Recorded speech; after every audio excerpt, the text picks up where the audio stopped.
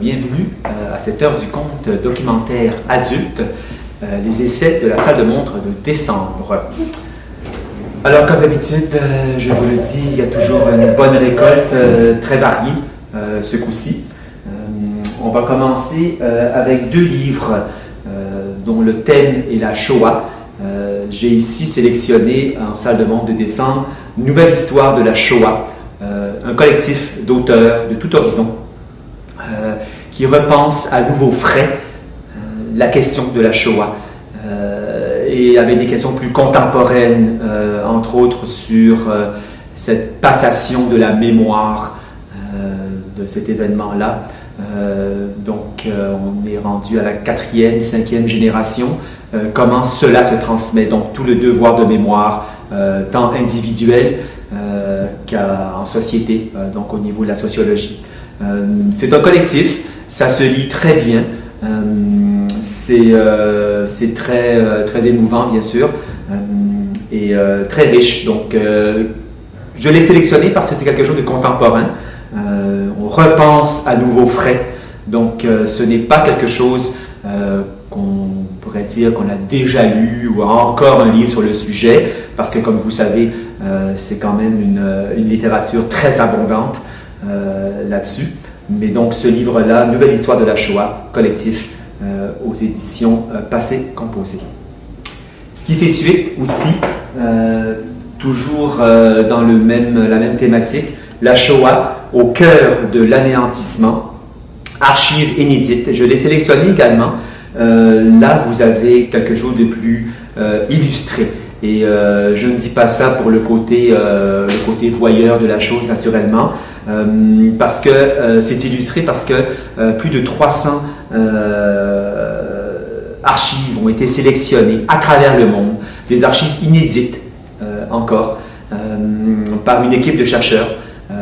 Et c'est ça, aussi bien, ce qui est intéressant comme archives, aussi bien des témoignages de gens, aussi bien des photos, des rapports, aussi bien du côté des Alliés que du côté allemand, des camps.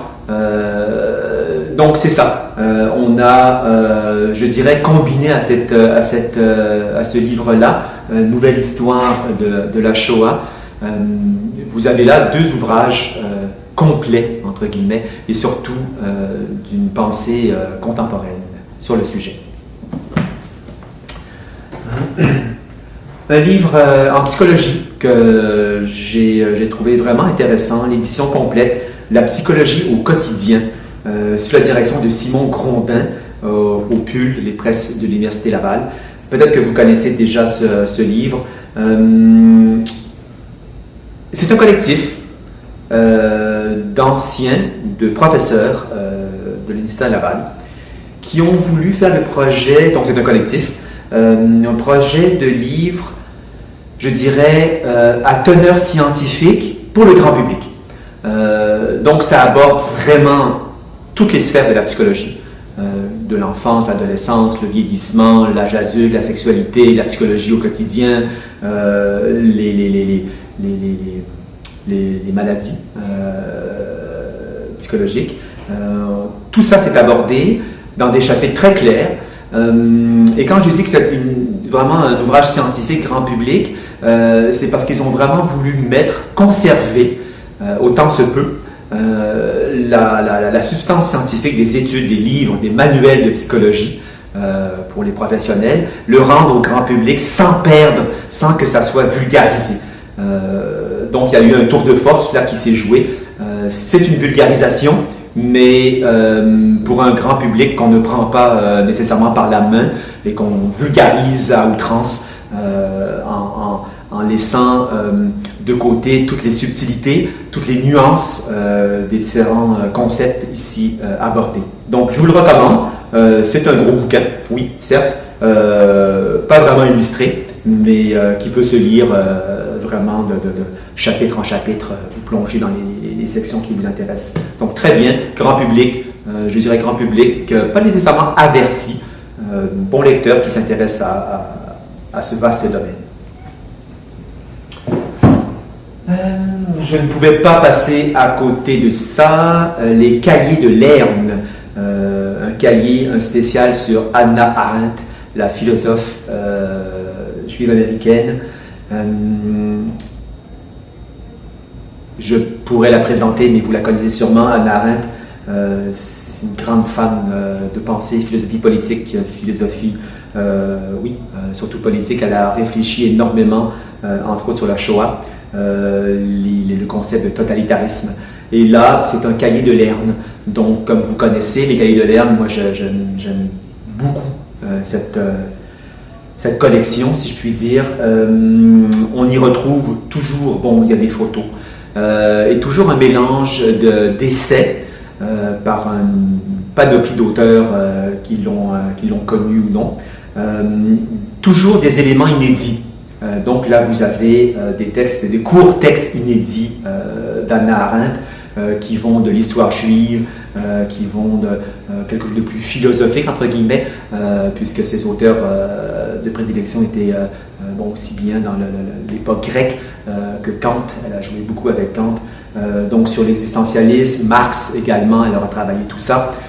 Donc vous avez toujours des textes inédits et toujours une correspondance, un extrait de la correspondance de l'auteur.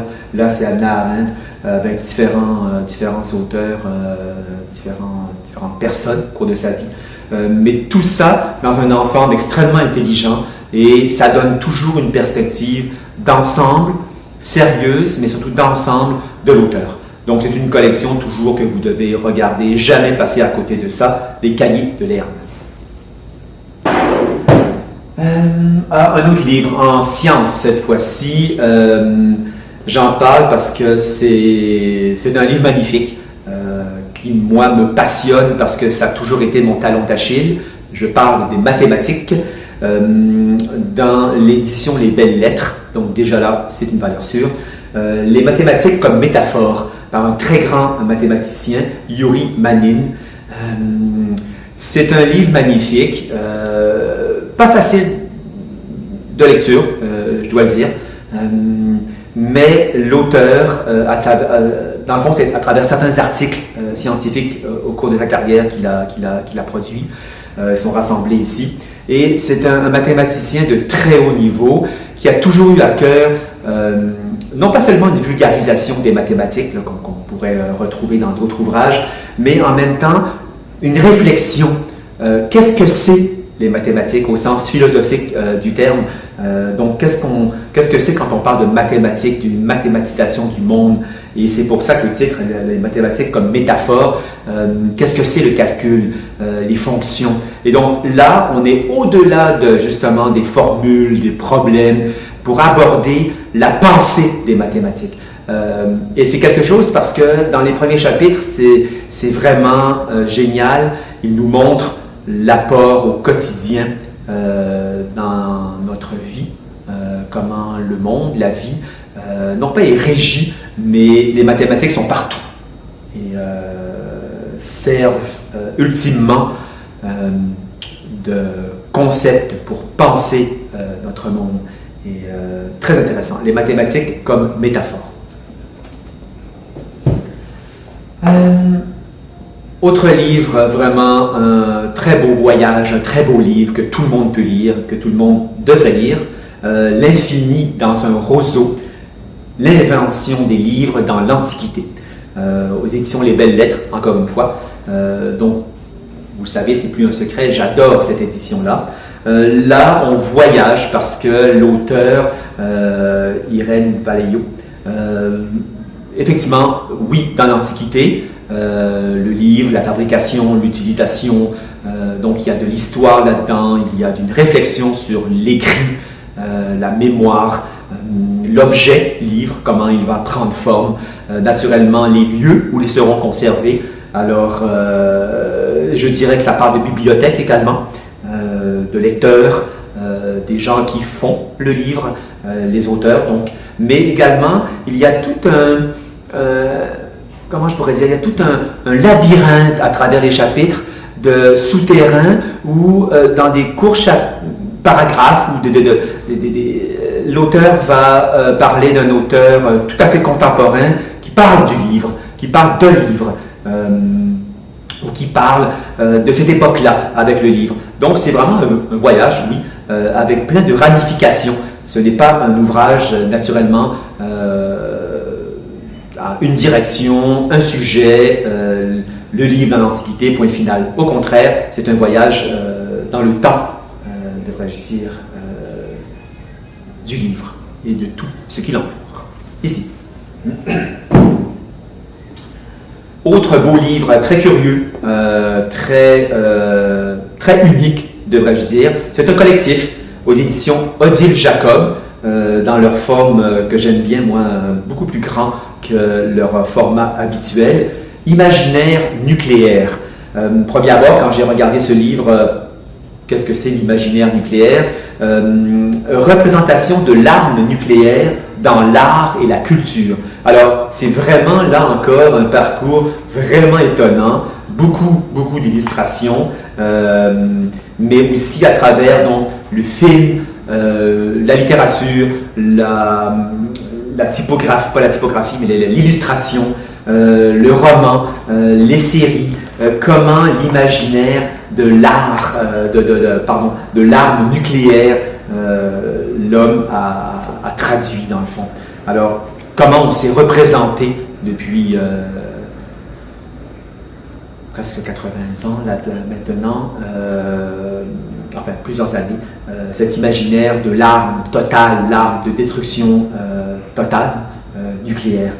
Très intéressant, aussi bien pour le grand public naturellement, mais des recherches au niveau secondaire, ça serait étonnant de faire des recherches là-dessus. Donc pour les enseignants-enseignantes, c'est quelque chose de très inusité. Nous restons dans les arts. Serge Fauchereau, aux éditions Hermann, qui sont merveilleuses éditions suisses. Très beau catalogue, un peu cher, mais avec des titres absolument fabuleux, des auteurs absolument fabuleux, surtout en philo et en littérature. Ici, un livre d'art, La fin des avant-gardes de l'entre-deux-guerres. Alors, c'est une histoire extrêmement riche, très bien illustrée. Je vais vous le montrer ici. Très bien illustré. Ça couvre absolument, je dirais, toute forme d'art à travers deux grands courants des avant-gardes de l'entre-deux-guerres. Donc, on reste vraiment dans ces courants-là. Le constructivisme, le surréalisme naturellement, mais aussi, j'allais dire, une constellation de théories de l'art, aussi bien dans la photographie, l'architecture, le cinéma, la littérature. Donc, ce foisonnement intellectuel et artistique entre les deux guerres, ça va être un bouillonnement d'idées qui va ressurgir, ou qui va continuer naturellement sous différentes formes tout au long du XXe siècle et encore aujourd'hui. Donc, La fin des avant-gardes, très bon, beau livre ici. Ça, c'est un auteur que je ne vous ai pas parlé, je ne crois pas, parce que bon, il ne sort pas des livres, il n'en sort pas 10 par année.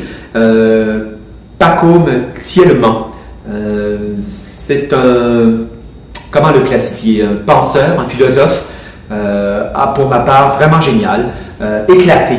Moi, je l'ai connu, je vous suggère fortement, ses écrits, ses réflexions sur la série de David Leitch, Twin Peaks. Il a écrit des choses, à mon avis, un des seuls qui a été vraiment au fond, j'ose dire, au fond de la série, tout en laissant ouvertes naturellement les questions, mais comme réflexion sur la série, sur le travail de David Leitch, magnifique, magnifique. Je ferme la parenthèse. Là, c'est un livre, c'est un livre inclassable, un peu fou. Si vous allez voir ces vidéos, ces conférences sur YouTube, ce que je vous encourage, vous allez avoir une idée du personnage, et quand vous allez lire ces livres, vous allez avoir en tête que vous ne pourrez plus vous en passer de cette crinière, cette barbe de Pacôme Thielman. Il a un verbe absolument agréable, une écriture aussi qui vous porte. C'est une histoire inédite, entre guillemets, du 20e siècle. Donc, il voyage, il traverse. C'est, encore une fois, comme je l'ai dit tantôt, c'est labyrinthique. Il y a de la guerre, de l'art, de la musique, de l'écriture. Il a une connaissance personnelle exceptionnelle. Et bien sûr, il va faire des liens très, très intéressants pour donner toute une autre perspective complètement éclatée. Non pas sérieuse, mais complètement éclatée, qu'on ne fait pas habituellement parce que les auteurs restent soit dans leur champ d'études, l'histoire, la sociologie, la philosophie, la politique. Pour parler du 20e siècle, on va rester dans tel courant d'idées. Ils affirment une école de pensée. Pas communément, lui, c'est complètement éclaté parce que sa culture le lui permet. Et voilà, c'est toujours très intéressant. C'est complètement fou. Voilà. L'enquête, ça s'appelle, excusez-moi, L'enquête infinie. Déjà là, le titre peut vous le révéler. Naturellement, c'est une histoire qui ne sera jamais terminée. Le questionnement non plus. Donc, l'enquête infinie. D'un grand universitaire américain, j'ai lu ce livre il y a plus d'1 an en version anglaise qu'il est sorti, Begin Again. Ici recommence l'Amérique. Conseil de James Baldwin à suivre d'urgence. C'est un très beau livre. J'adore ce type d'écriture et de forme où l'auteur est au jeu. Donc, il raconte ses lectures, sa fréquentation, son introduction à l'œuvre de James Baldwin à travers ses voyages, à travers ses études, ses livres qu'il va écrire. C'est littéralement une plongée dans la pensée de James Baldwin et une très belle, non pas biographie, loin de là, on ne tombe jamais dans l'anecdote de la vie de James Baldwin, mais dans sa quête intellectuelle, ses réflexions, dans un moment très particulier aux États-Unis et en Europe, il va en ressortir comme la moelle substantielle de l'œuvre de James Baldwin, qu'il faut lire de toute façon. Je pense que tous les livres de James Baldwin devraient être lus par les étudiants, par tout le monde. Et donc ici, c'est je dirais une excellente introduction, si l'on veut, à l'œuvre de James Baldwin. Ici recommence l'Amérique.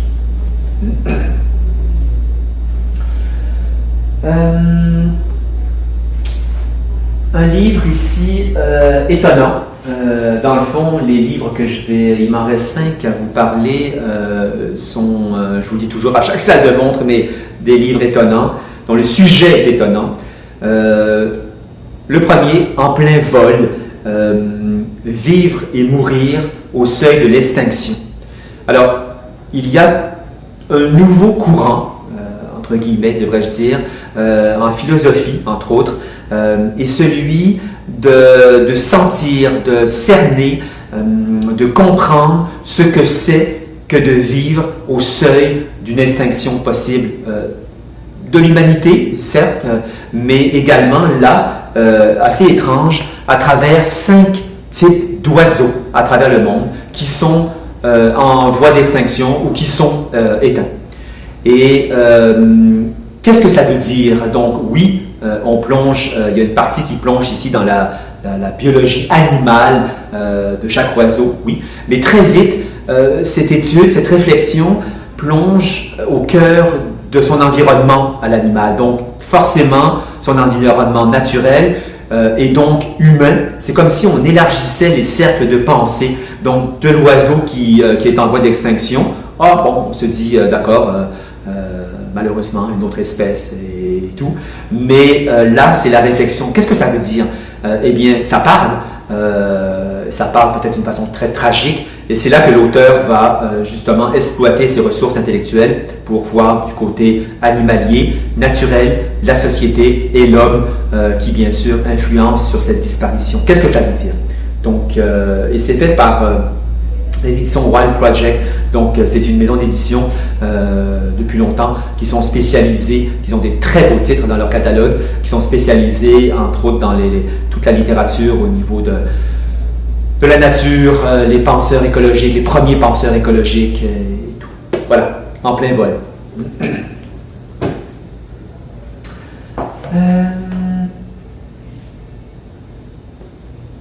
Inès Orchen, Gazelle Théorie. Très particulier, aux éditions Pauvert, un texte très personnel, très coup de poing, devrais-je dire, qui s'inscrit dans la lignée des auteurs comme King Kong Theory de Virginie Despentes, que vous connaissez sûrement en littérature, et les films de Virginie Despentes qu'elle a pu faire. Donc, si vous connaissez ses romans, à Despentes, c'est des coups de poing. Une vision ouvertement féministe, mais avec une réflexion très large, très puissante, très, je dirais, violente, mais au bon sens du terme, qui secoue, comme on dit, des lectures coup de poing, sans étude ici, qui s'inscrit dans cette voie-là. Gazelle Théorie, donc c'est une femme tunisienne qui raconte aussi bien, donc il a une voix multipliée par des racines autres, donc son vécu de femme à tous les niveaux, sociétal, intime, découvert la sexualité, le genre, le rapport bien sûr aux hommes, aux femmes. Gazelle Théorie. C'est à lire, ne serait-ce que pour prendre connaissance, si je puis dire, d'une réalité, d'un mouvement contestataire, mais pas seulement contestataire, qui réfléchit de nouveau et qui, bien sûr, brise beaucoup d'habitudes de pensée, ce qui est tout à fait déstabilisant. Gazelle Théorie. En sciences, je passe rapidement là-dessus. Marc-André Selos, mais qui est très intéressant. Actes Sud.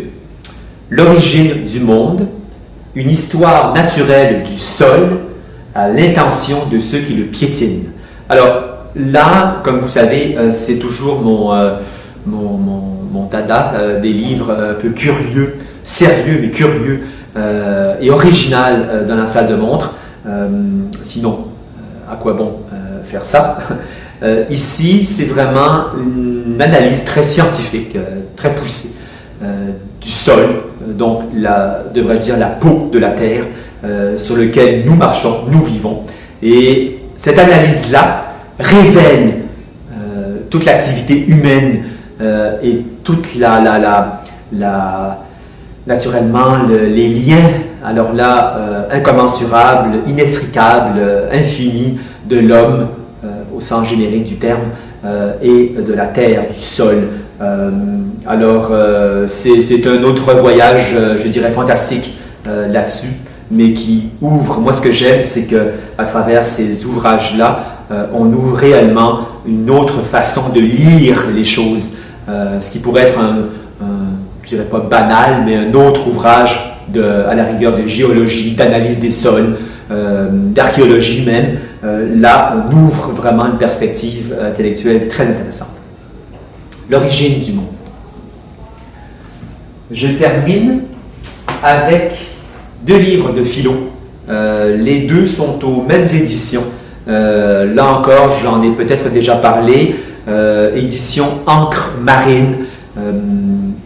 L'objet livre est magnifique. On y porte une très belle attention à la typographie, à la structure du livre. Donc déjà là, ça mérite attention. Leur catalogue en littérature, en philo, en sciences humaines, en esthétique.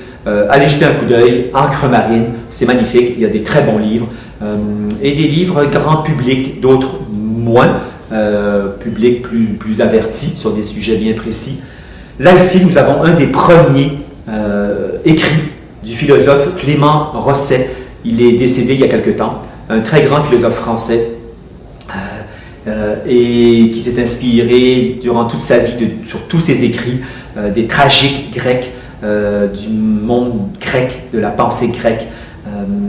Et son écriture est magnifique. Et là, c'est un de ses premiers, à 21 ans. Alors sur le coup, on dit, bon, qu'est-ce qu'on peut dire à 21 ans de bien et d'inédit? Je vous encourage à le lire, là encore, ça coule, c'est fluide. On sent déjà là l'œuvre qui va naître, parce que Clément Rosset a écrit littéralement une œuvre que je vous encourage à lire magnifique sur les philosophes. Quelqu'un de très ancré dans le monde, avec un grand M, le monde du quotidien. Ce n'était pas du tout une pensée philosophique éloignée ou dans les hautes sphères de la pensée, des concepts et tout. Oui, mais il les ramenait, il savait comment les ramener dans un quotidien que tout le monde connaît. Et donc, Les Matins de l'Esprit, très beau texte que je vous recommande fortement de lire en philosophie. Dernier ouvrage à vous présenter, passez pas à côté non plus, c'est pas non plus des 300-400 pages à lire, Encre marine, encore une fois, Michel Blais, à vif, penser la vie au-delà du concept. Alors, vous commencez à me connaître, j'aime bien, un peu comme je disais pour les écrits de Clément Rosset, j'aime bien, surtout en philosophie, les penseurs qui savent voler, entre guillemets, et qui savent en même temps nous remettre sur terre, donc nous évader, oui, par la pensée, donner de l'air pur, un grand souffle, mais en même temps voir comment ces concepts agissent et sont bien vivants. Donc ici, à vif, le mot, j'aime bien le titre du livre, le mot l'indique bien, c'est l'auteur qui va revisiter au-delà des concepts, comment penser la vie, donc il y a un travail philosophique là naturellement, mais avec peut-être l'aide de plusieurs auteurs qui vont nous aider à sentir, à tenter de sentir, de connaître, de voir, d'appréhender ce qu'on nomme la vie. J'allais dire charnelle au plus près, pas seulement la vie de l'esprit, mais cette vie où justement l'esprit et la chair sont mêlés intimement ici. Donc Michel Blais, à vif. Donc ça complète pour ce mois-ci la salle de montre de décembre des essais adultes. Je vous dis à l'année prochaine, 2022, début janvier. Nous serons là et la salle va être encore très belle. Je suis sûr qu'il y aura encore de très bons livres à vous présenter. Donc à très bientôt et au plaisir. Merci. Au revoir.